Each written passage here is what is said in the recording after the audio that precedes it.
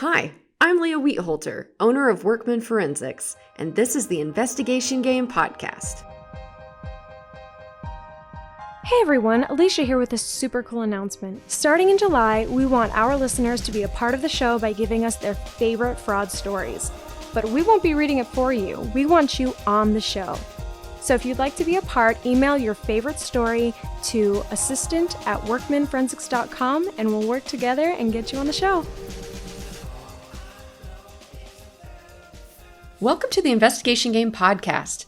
Today I'm joined by Amanda Jo Erven. Jo is the president and founder of Audit Consulting Education, LLC, located in Denver, Colorado. After a successful career in external and internal audit, Jo is now an active internal audit strategist, management consultant, and trainer speaker, providing continuing professional education hours live and virtually to organizations across the globe.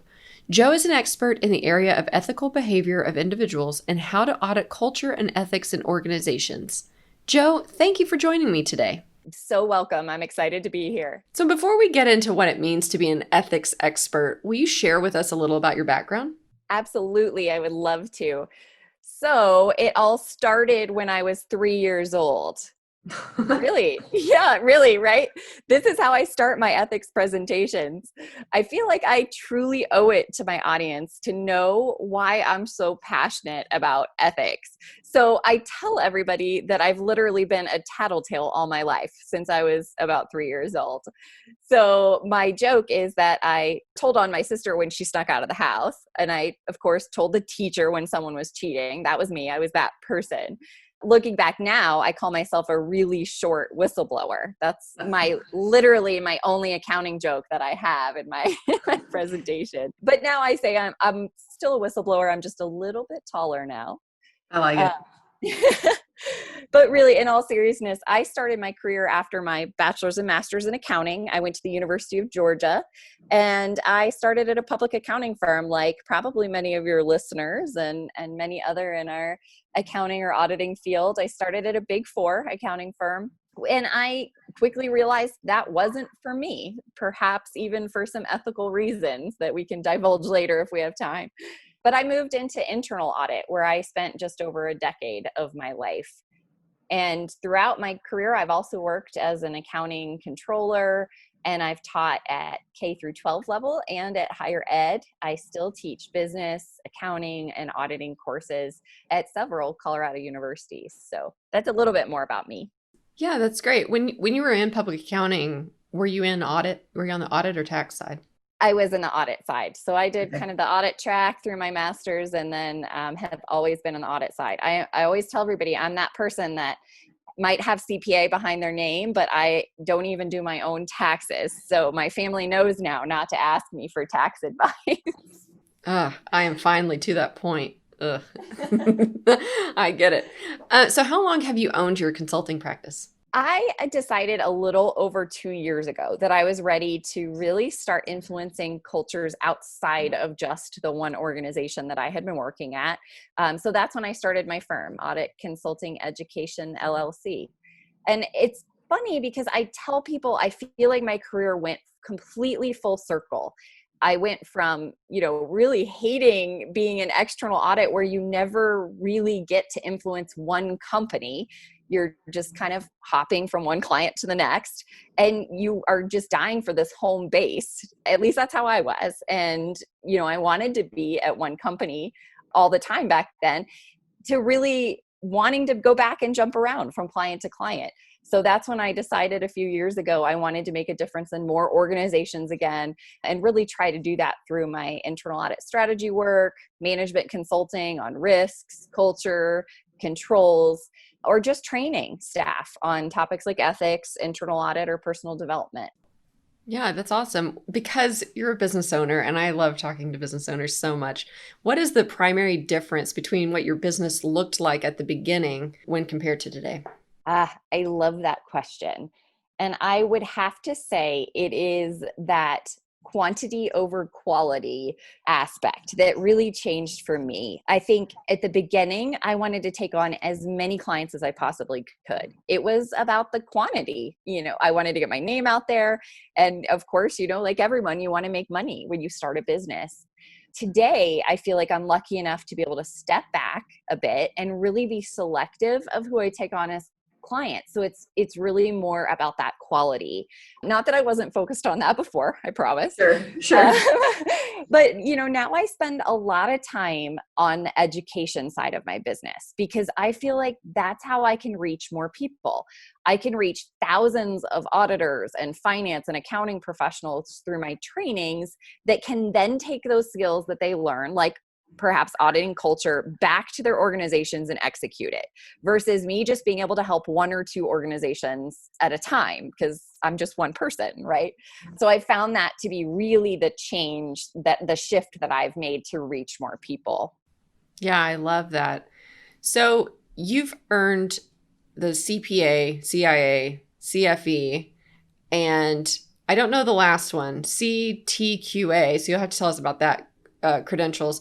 But you've got these very traditional accountant and fraud investigator, internal auditor credentials. What interested you in focusing on the area of ethics? And then also tell us about this other credential as well. Yes, I definitely will. So, the credentials, right? The alphabet soup behind our names, right? That everybody says.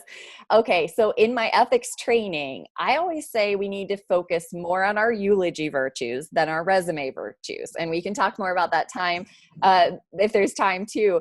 But we know still in today's world that resumes are important, unfortunately. I'd love for us to all to focus on those things we want people to remember us by, like honesty and integrity.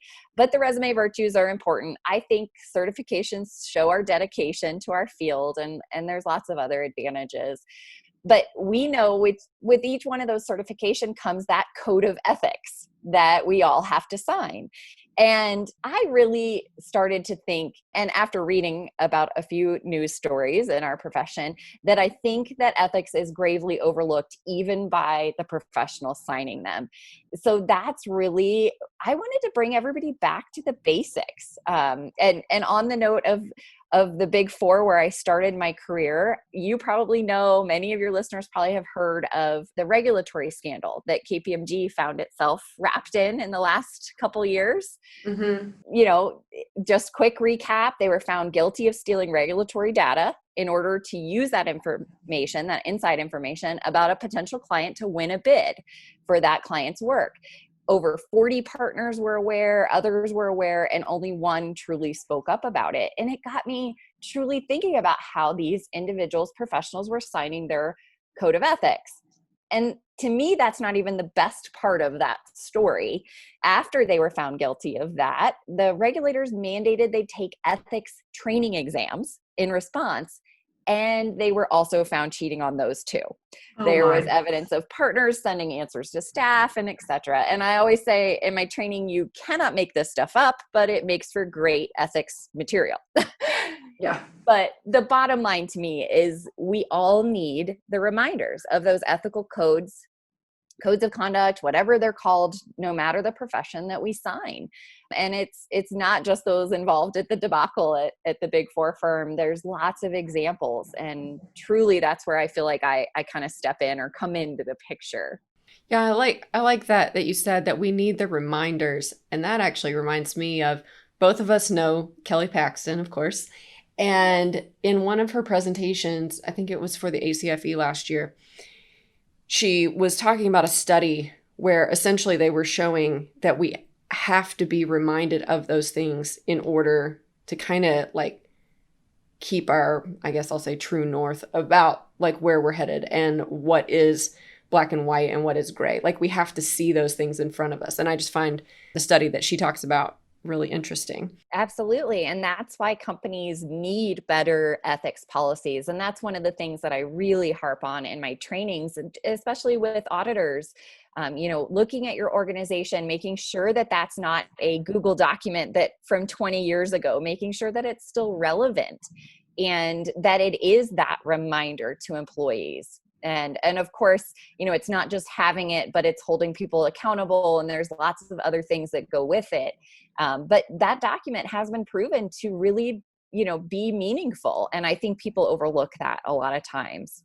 Let's go back to the other credential. Oh, yeah, absolutely. So the cTQA, hopefully we get to talk a little bit about some of my other CPE offerings. It's a certified total quality auditor credential based on a total quality auditing or TQA training that I've put together. It's also a book that I've written. And so basically, if you study how to become a total quality auditor, you do earn that cTQA designation. And I'll give you a little bit more background on that later, but it's basically built on total quality management principles. So a lot of people have heard or studied TQM, whether that was back in business school or even studying for the CIA exam, you study about TQM. So what I did was take those principles and apply them to audit. How can we become more successful, valuable auditors within our organization? So it is a new designation, actually just started offering it at the end of 2019 to all of my total quality auditing participants. And there's also a online course that you can take on demand anytime to get that credential. So it's new. That's and awesome. Exciting. I've had so many great responses to it, and I'm absolutely thrilled with it. Actually just had somebody from South Africa complete it and got to congratulate them. So it's a great feeling. That's so cool. Love it. Yeah, thanks for asking. So in the world of continuing education, accountants and auditors and investigators, we often group ethics and fraud together, which I always found this interesting because, yes, I have an accounting background, but like I would be focusing on fraud investigations. And then they added this ethics component, as part of the CFE designation, but yet we're studying fraud all the time. Then I would go to an accounting group and they would say, oh, we always study fraud in our ethics presentation. So That's just interesting. We do like to group ethics and fraud together. If we're going to study ethics, we study fraud. So why do you think that is? And what makes ethics, trainings, and fraud go hand in hand? Sure. Yeah, we totally do that. I love that you put those two things together because, sometimes I feel like I could easily call my presentations fraud presentations. And then I remind myself that ethics is really my passion and what is the difference? Okay, let's talk about that. So I think that anybody would agree that people that engage in fraud are being unethical, right? So that is kind of why they go hand in hand. But what really intrigues me more about ethics is that with ethics, you can take it a little further and say not all unethical behavior is fraud. So just for example, that little white lie you tell to get out of going somewhere to help a friend maybe, or I always say, when my husband tells me I look really good in that dress, right? So he might be being unethical, but he's not committing fraud. And some would say he's not even being unethical, right? Just kidding. But you get the point. So I think, all the research that I've looked into, unfortunately, shows us that none of us are as ethical as we think we are. And that's really one of the main points I talk about in my presentations. Again, it's that reminder to all of us where we might have a blind spot in our life. And I got that term from another book. I'll let you in on that secret in just a minute too. But, we aren't even aware we have these blind spots. And that's truly, I think, the difference with ethics and fraud is that, we would all sit around and say we would never commit a fraud and say we're ethical. But I like to point out those little things where there is a difference truly in our ethical behaviors. Yeah, and I like that in an ethics presentation, in yours at least, you're pointing out the blind spots so that it's kind of a self-check. Like, where are we? Yeah, I like that. Yeah, absolutely. So you're currently writing a book, Becoming the Everyday Ethicist. Ethicist? Did I say that right? Ethicist. Okay. Yes. Okay. I hadn't said that out loud. So what is this book about? Yes, the book. It's really exciting when you get close to the end of a book. I'm in that spot right now, and I cannot wait for it to be done and out for everybody. But the book really focuses on three major areas where I think ethics come into play in our lives. And that is personally, so personal ethics. Where do our values come from? What should our core values be and look like? And then in leadership roles is the second piece. who are those in life that have had those unswerving ethics that we should and could take the lead from? So I give lots of examples of that. I have a great section on women in ethical leadership positions and lots of good examples to follow. And then the last piece, or real true section in the book, is on organizational ethics. So obviously I'm an auditor at heart, and I like to teach auditors how to look at culture. So this piece really goes into how important culture is to an organization's success. What can we all do as individuals to influence it? Of course, using our personal and leadership ethics that we talk about earlier in the book. There is this bonus chapter that I just actually added to the end of the book called Total Ethical Auditing. So obviously you now know about total quality auditing, and total quality auditing starts with a point of focus on ethics. And so to me, it was only a fit to expand that to say, how can auditors really audit culture, really look at ethics? I actually say that they should be more like fraud examiners. So you'll like that, Leah. And more like investigative journalists. I did an entire blog on why auditors need to be more like investigative journalists. We need to be getting in front of these headlines, whether it's unethical behavior or it's fraud. I want us to get out there first and find the issues. I think in too many of these scandals I'm reading about, someone says, where were the auditors? And truly, it's my goal to change that. So that's where this kind of total ethical auditing came in, and how we can get in front of some of these frauds that we're seeing in the news. So those are the main sections of the book. Sorry, that was a lot. No, that sounds great. So to be able to put together a book like this, what type of research have you done in the past, or even now while working on this new book, that have formed your thoughts and trainings in these areas? Oh gosh, yes. I literally could sit here and credit so many authors and researchers for helping me get started, because I absolutely love to read books. So that's really where anything that sparks an idea for me comes from, another book. So there's lots of credit to be given. Really, my main CPE presentation was always on ethics, was always called the Everyday Ethicist. And it had 3 main sections. And those 3 sections I call all of our character choices in life. So the 3 sections are this term called the big me. The second section is the ethical rationalizer, which we get to talk more about blind spots. And then the third section was the everyday ethicist. So, to credit where each of those came from real quick, is the big me was termed by David Brooks, who, if you don't know, wrote this amazing book called The Road to Character. And I love to give him full credit, because his book really just opened my eyes to how modern culture has lost its way, perhaps. We're not teaching our new generations this path to character building. So he actually dives into a great set of past historical characters: Francis Perkins, Dorothy Day, Dwight Eisenhower, George Marshall, so many others. And he shows how they truly took a stand on their beliefs. They made thoughtful decisions, not impulsive ones. They really sacrificed their personal ambition to meet the needs and the morals of society. And he contrasts that to today, where he says, today's culture, we're more selfish, narcissistic.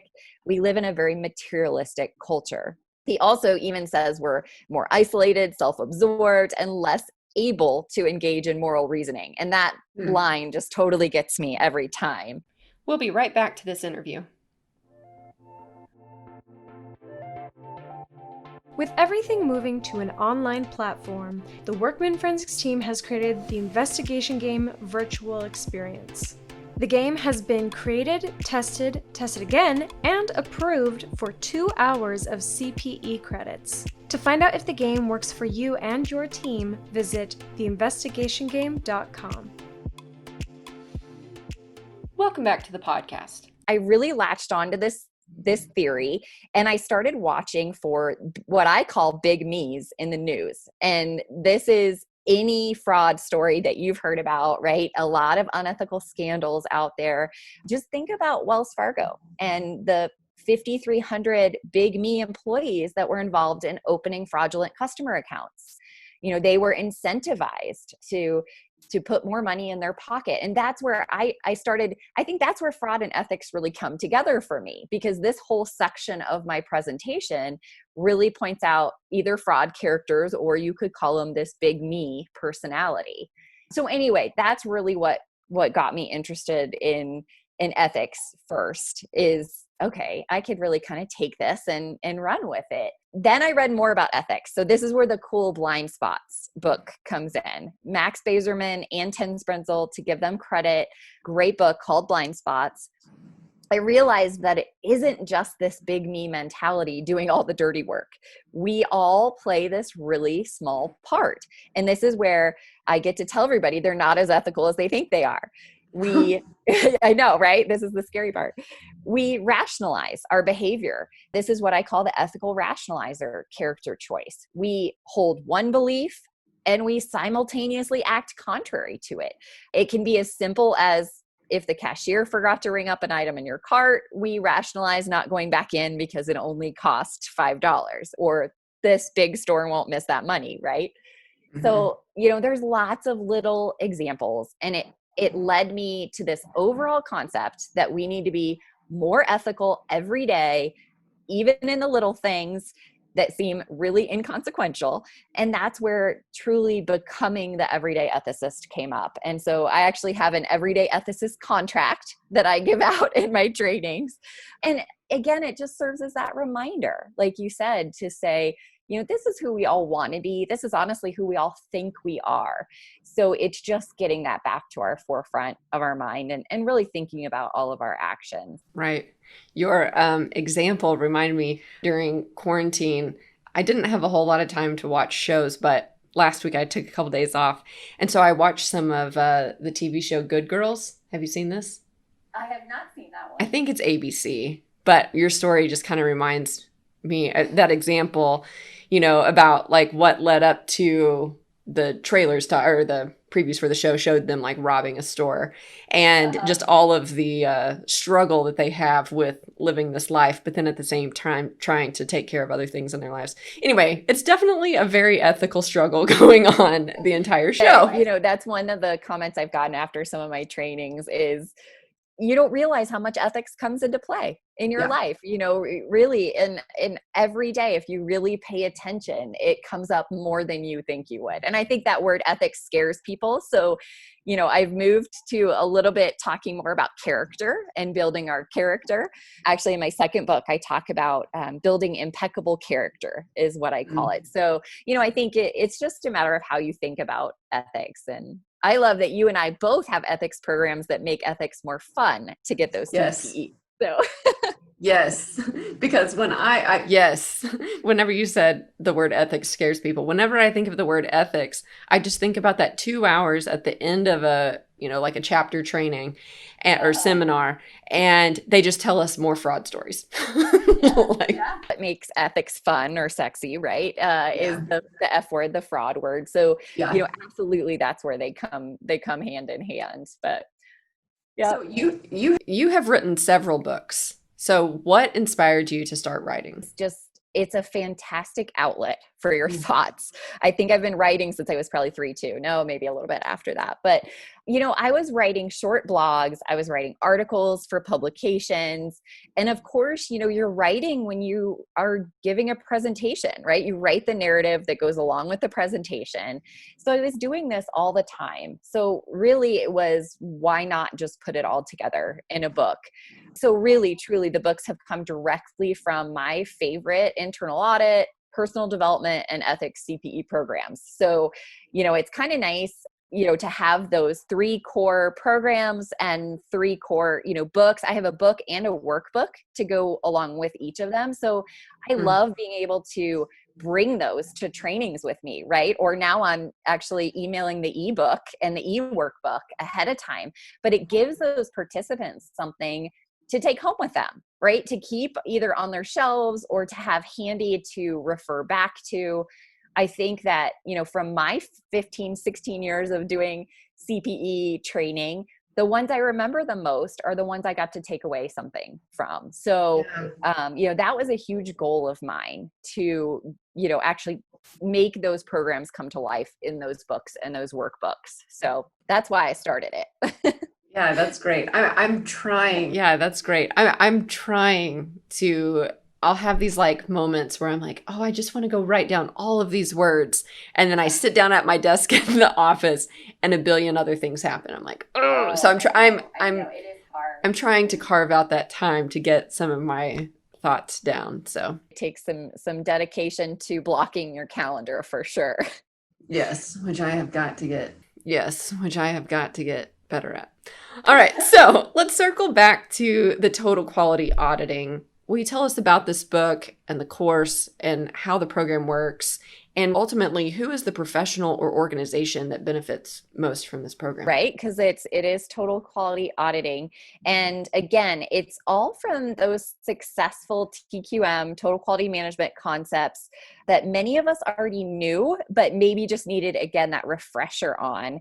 And I took the 14 kind of core principles of TQM and I built them into 6 points of focus for auditors. So how can we be a better auditor for our organization, bring that extra value? I took things like focusing on the quality of our service that we provide, our internal audit service, but looking at it through the eyes of the customer. So really focusing on what do our organizations need? I call them our customers. It's really every stakeholder to an organization. But how can internal auditors focus on the high risks, the right risks at the organization, the critical processes and strategies at the organization? And then we talk about how we can do that. We talk about one of the points of focus is all about being lean. What are those lean techniques we can use in auditing? I take a ton of Six Sigma tools and I kind of reworked them to be internal audit tools. How we can, not have our organizations hire those really expensive consultants to come in, but instead use us inside the organization to make the organization better. So really the point was when I left my traditional internal audit career, I felt like auditors were getting lost in that traditional approach to auditing, just being the bad cop at the organization. Right. They were really losing sight of that value they could actually bring to the table, or some of the most knowledgeable, experienced, certified individuals within our organizations. And it was really time to bring everyone back to that and get their sights on that consulting value they can add at the organization. So, it's been amazing. The response has been so great. And like I said, that creating the certified total quality auditor, I never thought I'd be out there creating a designation, but it made perfect sense. And I have seen so many people say this, what a great thing to put on your resume, because management and organizations, they know TQM concepts, especially if you work in a manufacturing organization. And so saying, hey, I've taken these concepts that and I'm applying them to audit, it's just really getting people more respect at their organization and just really getting them out there. And I've just loved it. I've absolutely loved the feedback. So it's been fun. That's really cool. And you could probably sense that's really cool on that one. So yes. Well, yes, I just have seen this in my own, whenever I started my practice, because of my background, I was like trying to stop the bad guys. And like, that was kind of how our firm thought. Yeah. And even our website back then was like dark gray and yellow. And so, and the PR professional I had at the time said, this is kind of like caution tape. And I'm like, oh, you're right. Anyway, so after working through a few things, I realized, wait a second, we don't come into this office every day to stop bad guys. We just find money for people. And by making that switch, how it became a much more, not that it was a bad work environment, but just knowing that we could come in every day and we're going to help people do something that will improve their lives, not that negative approach of stopping a bad guy. And then you got to decide what's good and what's bad, just lots of other things. And so it like changed the whole feeling. Like it became just a much more positive, what we were doing was helping people. And we weren't just helping people by stopping bad. We were actually like empowering people. So that's what I like about how you've explained your total quality auditor, that it's not about just being the bad cop, but these are ways that you can make that organization that you're working with better. And like, And, one of my favorite things to say is that we leave something better than we found it. And so that sounds like what you've explained there. My favorite tagline, I think, in the entire book or presentation is, let's stop catching and start coaching. Yes. And good. That, yes, that's good. To do. We need to be more of the coach or the consultant at organizations. And like you said, empower and help people and bring that positive versus the negative. So, right. Nobody likes feeling like they have somebody in their organization who's just giving them a bunch of red X's, That's so right. I know it. Let's talk about your other book, Our Choices on the Road of Life. Because I found myself loving doing personal development, CPE programs. And of course, just wanted to put some structure again around that. So I put my thoughts into a book and a workbook. And it too, because I think 6 is my favorite number, has 6 points of focus. And they're not really points of focus, but they're choices that I think we all have in life. And just to go through this 6 really quick, I think we choose how to embrace adversity. So really, adversity and challenge is the first choice that I say we have, how we face that. The second one is how we choose to develop ourselves. How we do these professional education courses. How do we work on improving ourselves each and every day? Mm-hmm. The third one, of course, is that choosing impeccable character that I mentioned earlier, because of course I had to include that section on ethics in the book. The fourth one, you'll probably appreciate quite a bit because it's choosing to have an ownership mindset. And so I always say you don't have to own a business to act like an owner. I do this in cTQA as well as in this Our Choices program, where I ask the individuals to think about how they would act differently if they actually owned the business that they work in. So, for auditors, think of yourself not as a cost center anymore. Think of, you're not a cost, you're a benefit to the organization. Think of yourself as being hired in as an outside firm. If you own your job, you're going to treat it a whole lot differently, and so I really love this concept of having an ownership or an entrepreneurial mindset, even if you're in a corporate job. So we talk a lot about that one. And then the last two, the fifth one is how to choose to be a genuine leader. I think it really was hard to pick a adjective to put in front of leader because there's so many out there. But to me, genuine, just really every different leadership book that I read, to me, it came down to let's be ourselves. And there's some great, I have a genuine leadership checklist on, are you truly being true to yourself and to those around you when you lead? So that's that piece. And then lastly, it's all about habits. And I take the approach to habits that James Clear does in Atomic Habits by really describing to everybody that I think we have a choice on building the identity that we want. And then we can build our habits to associate with that identity. So the easy example there is, hey, if I want to be an athlete, I'm going to start working out and eating right and doing those habits that really support that identity. So I have everybody step back and create the identity they want first, and then kind of develop those habits and fill their lives with those habits that fulfill that identity. So it's just a different way of looking about how we could choose our habits in our life. So that's that book in a nutshell too. Everything's just so packed. I love it. Just so packed with. Yes, it's just great. So one other thing I wanted to talk about that you have built are your CPE trainings, but specifically, I followed you for a while on LinkedIn and stuff, but I didn't know until I was prepping for this podcast that you had these book club webinars that count as CPE.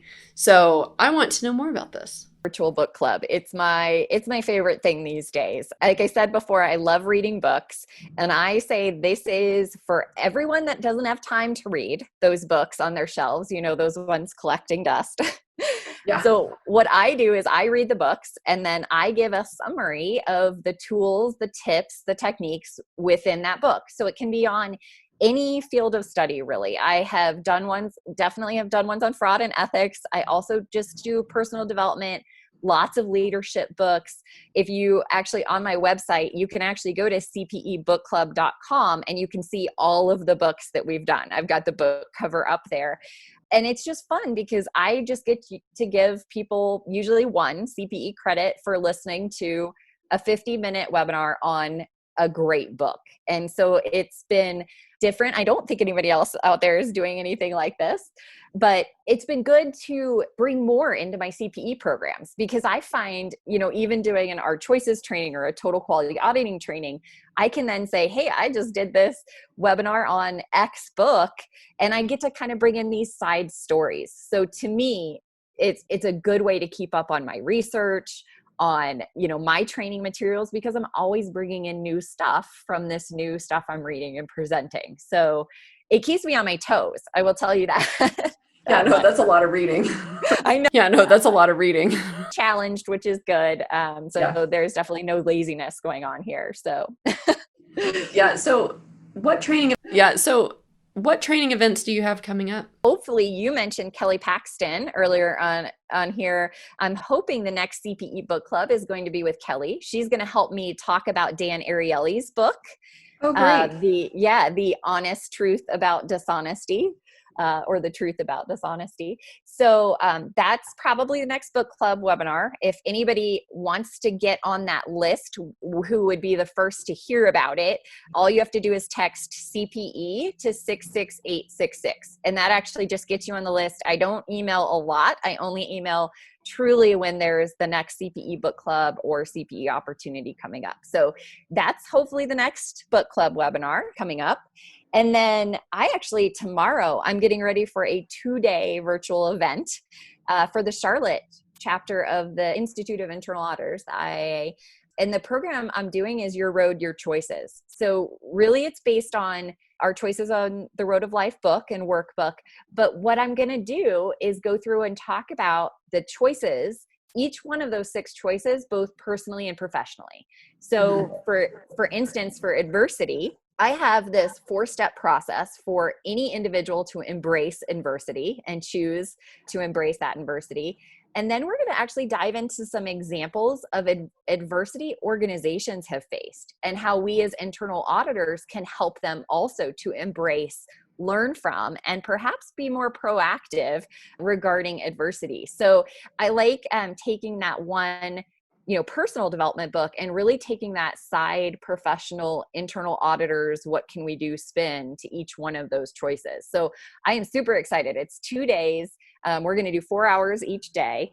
And I'm really excited to do this with that chapter tomorrow. So yeah, that's great. I was going to ask, oh my goodness, 16 hours, but okay, you're breaking it. Okay, no, we're breaking it up. Of course, supposed to be there in person for one 8-hour day. And I have found, that's a long time for people to sit on a webinar, right? So we break it up. Actually, when I do them, I do 2 hours before lunch, give an hour break for lunch, and then we do 2 hours after lunch. So that's good. It makes for an easier couple days of training for sure, and no Zoom fatigue. There we go.